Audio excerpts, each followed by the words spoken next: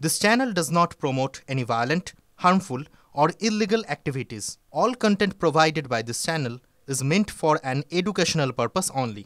Top quality और consistent performance के लिए सिर्फ सिल्वर पंप्स नाम याद रखना। আর এই মুহূর্তের বড় খবরের দিকে নজর রাখতে হচ্ছে। ভাঙড়ে তৃণমূল নেতা খুনে গ্রেপ্তার আরো এক তৃণমূল কর্মী সহ 3 জনকে গ্রেপ্তার করেছে পুলিশ। ভাঙড়ে তৃণমূল নেতা খুনে আরো গ্রেপ্তার এক তৃণমূল কর্মী সহ 3 জনকে গ্রেপ্তার করেছে পুলিশ। কি তাদের পরিচয়, কিভাবে তাদের সন্ধান মিলল, পুলিশ কি মনে করছে, সুপ্রিয়র কাছ থেকে জানবো। সুপ্রিয়, শুভজিৎ, দেখো, প্রথমে কিন্তু এই শাসক নেতা খুনের ঘটনায়, ভাঙড়ের এই শাসক নেতা খুনের ঘটনায় মোফাজ্জেল মোল্লা নামে এক তৃণমূল কর্মীকে গ্রেপ্তার করেছিল পুলিশ এবং তাকে জিজ্ঞাসাবাদ করেই, যেটা আমরা লালবাজার সূত্রে বা গোয়েন্দা সূত্রে জানতে পারছি, এই মোফাজ্জেলকে জিজ্ঞাসাবাদ করেই কিন্তু আরও 3 জনের হদিশ পায় তদন্তকারীরা এবং সেই মতোই গতকাল রাতে ভাঙড়ের বিভিন্ন এলাকাতে অভিযান চালিয়ে 3 জনকে, আজারউদ্দিন মোল্লা এবং তার পাশাপাশি জাহান আলী খান ওরফে কাঙাল এবং রাজু মোল্লা, এই 3 জনকে পুলিশ গ্রেপ্তার করেছে। এবং এদের মধ্যে এই যে 3 জন গ্রেপ্তার হয়েছে, তুমি যেমনটা বললে, এদের মধ্যে একজন কিন্তু সক্রিয় তৃণমূল কর্মী, এমনটাই কিন্তু আমরা জানতে পারছি। এবং এই মোফাজ্জলের সঙ্গে এদের যে ঘনিষ্ঠতা ছিল বা এই যে খুনের ঘটনা, শাসক নেতা খুনের যে ঘটনা, সেই ঘটনাতে এদেরও ইনভলভমেন্ট সম্পর্কিত তথ্য তদন্তকারীরা ইতিমধ্যেই পারিপার্শ্বিক তথ্য প্রমাণ হিসেবে হাতে পেয়েছিলেন। তবে এই মোফাজ্জলকে গ্রেপ্তার করার পর তাকে জিজ্ঞাসাবাদ করে এই যে 3 জন গ্রেপ্তার হলো, আজারউদ্দিন, কাঙাল এবং রাজু, তাদের কি ইনভলভমেন্ট ছিল, তারা কি ভূমিকা পালন করেছিলেন, সেই বিষয়গুলো স্পষ্ট হওয়ার পরেই এদেরকে অভিযান চালিয়ে 3 জনকে গ্রেপ্তার করা হয়েছে। এদের 3 জনকে আজকে আদালতে পেশ করার পর পুলিশের তরফ থেকে হেফাজতে নেওয়ার আবেদন জানানো হবে। তার কারণ এদেরকে কাস্টাডিতে নিয়ে জিজ্ঞাসাবাদ করে আর কারোর ইনভলভমেন্ট আছে কিনা বা কিভাবে এই গোটা পরিকল্পনা সাজানো হয়েছিল, কেন এই খুনের পরিকল্পনা তারা করলেন, এই বিস্তারিত তথ্য আরো সামনে উঠে আসবে। আজহার বাদ দিয়ে বাকি যাদেরকে গ্রেপ্তার করা হয়েছে তাদের পরিচয়টা কি, তারাও কি স্থানীয়? সকলেই কিন্তু স্থানীয় এলাকারই বাসিন্দা। তবে এদের কোনো রাজনৈতিক পরিচয় আছে কিনা বা এরা শাসক দলের সঙ্গে কতটা ঘনিষ্ঠ, সেই বিষয়গুলো পুলিশের তরফ থেকে স্পষ্টভাবে এখনো পর্যন্ত কিছুই জানানো হয়নি। তবে এরা সকলেই কিন্তু স্থানীয় বাসিন্দা, এমনটাই কিন্তু আমরা পুলিশ সূত্রে জানতে পারছি। নজর থাকবে, নজর রাখো। আমরা এর আগে দেখেছিলাম ইতিমধ্যেই একজনকে গ্রেপ্তার করা হয়েছিল, মোফাজ্জলকে গ্রেপ্তার করা হয়েছিল। মোফাজ্জল স্থানীয় তৃণমূল কংগ্রেস নেতা, তারপরে আরও 3 জনকে গ্রেপ্তার করা হলো। এখনো পর্যন্ত 4 জনকে গ্রেপ্তার করা হয়েছে। এই 4 জনের মধ্যে 2 জন তৃণমূল নেতা, মোফাজ্জল এবং আজহারউদ্দিন। গত বছরে আইএসএফ ছেড়ে তৃণমূলে যোগ দেন এই আজহারউদ্দিন। একটা সময় আইএসএফ করতেন, গত বছর তিনি তৃণমূলে যোগ দেন। মোট 4 জনকে গ্রেপ্তার করা হয়েছে, যার মধ্যে 2 জন তৃণমূল নেতা। বেশ কয়েকটা পলিটিক্যাল রিঅ্যাকশন পেয়েছি, কে কি বলেছেন শোনাবো।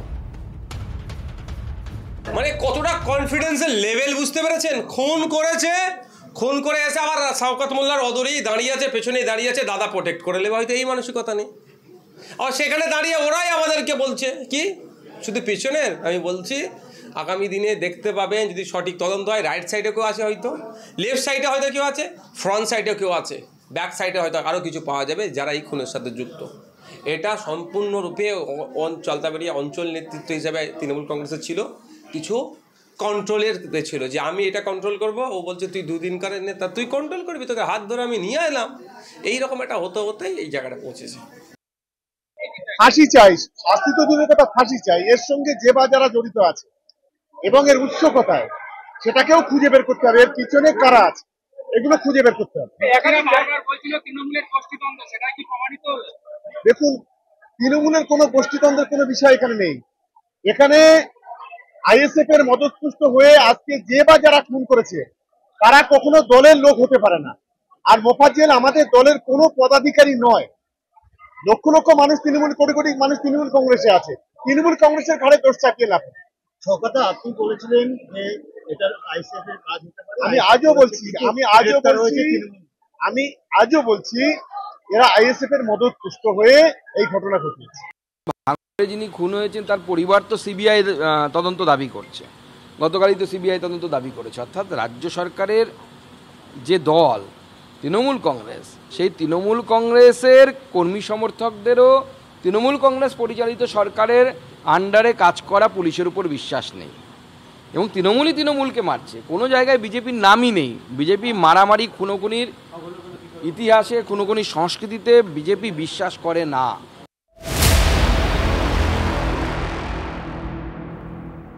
অন্যদিকে সাঁইথিয়ায় সেখানে তৃণমূল নেতা খুনে এখনো গ্রেপ্তারি শূন্য। 2 মহিলা সহ 3 জনকে আটক করে পুলিশ, তাদেরকে জিজ্ঞাসাবাদও করা হচ্ছে। হিমাদ্রি আমাদের সঙ্গে রয়েছেন, আমাদের সহকর্মী। হিমাদ্রি, জিজ্ঞাসাবাদে এখনো পর্যন্ত কি উঠে এসেছে?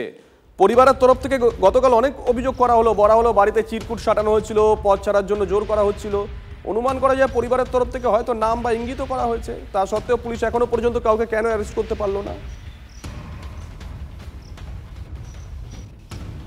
হ্যাঁ দেখো, একেবারেই প্রশ্ন সেটাই উঠছে।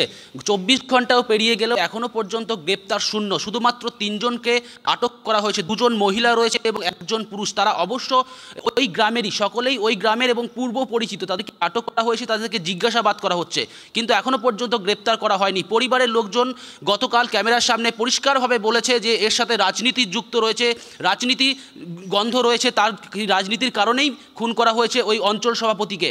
যদিও জেলা নেতৃত্ব এবং স্থানীয় নেতৃত্ব সেই অভিযোগ একেবারেই উড়িয়ে দিচ্ছেন। তারা বলছেন দুষ্কৃতীদের কাজ। সব মিলিয়ে পুলিশ কিন্তু ওই 3 জনকে আটক করেছে এবং ওই 3 জনকে ইন্টারোগেশন করছে এবং তাদেরকে জিজ্ঞাসাবাদ করে পুলিশ এটাই চেষ্টা করছে এর সাথে কোনো রাজনৈতিক যোগ রয়েছে, ব্যক্তিগত শত্রুতা থেকে খুন করা হয়েছে না। সমস্তটা কিন্তু খতিয়ে দেখা হচ্ছে বীরভূম জেলা পুলিশের পক্ষ থেকে। পুলিশ সুপার নজর থাকবে, নজর রাখুন। মাদ্রি, পীযূষ ঘোষের স্ত্রী আজকে ঠিক কি বলেছেন শোনাই। কি হুমকি দিত? মানে কোনো চিরকুট দিয়েছিল কি? মানে ওই যে পদ দেওয়া হচ্ছে সেই পদটা ছাড়তে হবে। দলের পদ না ওই পঞ্চায়েতের সভাপতি পদ ছেড়ে দিতে হবে। এটা বিজেপি থেকে হুমকি দিত। বিজেপি হতে পারে, আবার অন্য কেউ হলে সেটা আমি আবার আমাদের কাছে একজন আছে কাগজ চিরকুট লিখে দিয়ে গিয়েছিল।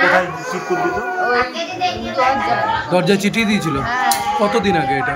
মেরে দেবো, খুন করে দেবো। কতদিন আগে এটা? সাবধান হো, এই 1 বছর আগে। কি বলছে তৃণমূল, কি বলছে বিজেপি, শোনাবো ব্যাক টু ব্যাক।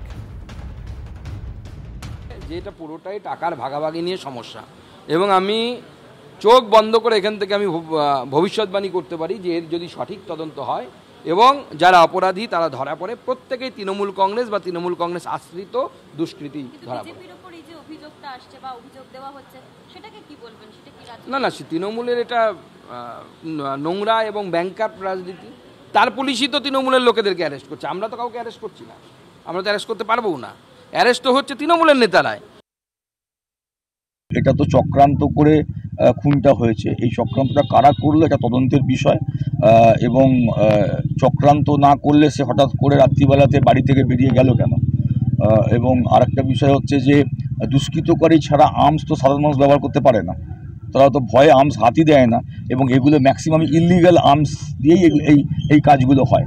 তো তাহলে এটা সম্পূর্ণ পুলিশের তদন্ত ছাড়া এই ইললিগাল আর্মস কারা ব্যবহার করলো এবং ক্রিমিনাল অ্যান্টি সোশ্যাল কারা, তারা কোথায় থাকে, কী বিষয়টা সম্পূর্ণ পুলিশের তদন্ত।